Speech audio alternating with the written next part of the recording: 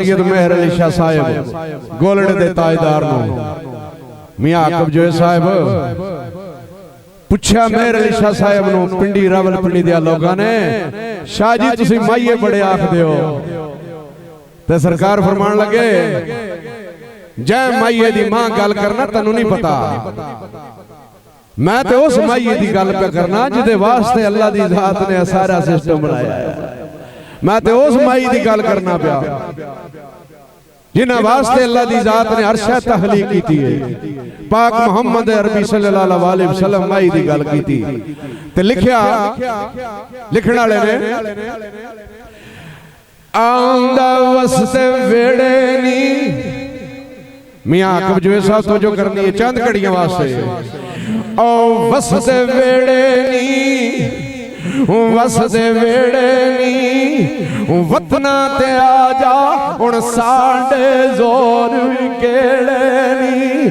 वतना ते आ माईओ हुण साडे जोर भी केड़े नी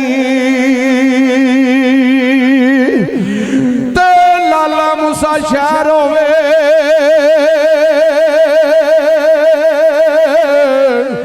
लाला मूसा शहर होवे ते बत्ती भी बढ़दी ओ डेरे आकब जुवेद दे खैर होवे ते बत्ती पई बढ़दी ओ डेरे आकब जुवेद दे खैर होवे ते आख्या ने तुसी आए हो ते जाना नहीं तुसी आए हो ते जाना नहीं सानू भावें भुल जाइयो साडा प्यार भुलाना नहीं ओ सानू भावें भुल जाइयो साडा प्यार भुलाना नहीं ते आख्या ने पैक शराबां दे पैक शराबां दे पर माड़ियां ने के पीनी है ते कम ने नवाबां दे ओ माड़ियां ने के पीनी है ते कम ने नवाबां दे ते जनाब मियां जुनेद इकबाल साहब इशारा कर रहे साईं सुहेल जणिया मैस मलिया ए फई माइया फिर रिपीट करियो कह रहे मैं जाके जर्मन दे भी माइया सुनना की ते पैक शराबां दे ओ पैक शराबां दे ते माड़ियां धूड़ियां ने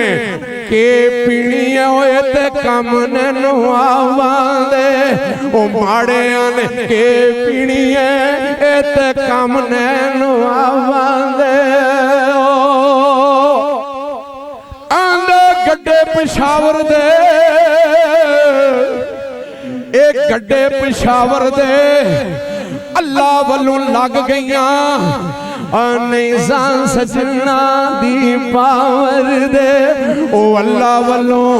रब वालों लग नहीं गईयां नहीं सान सजना दी पावर दे ते आख्या ने रत्ते रुमाल होंदे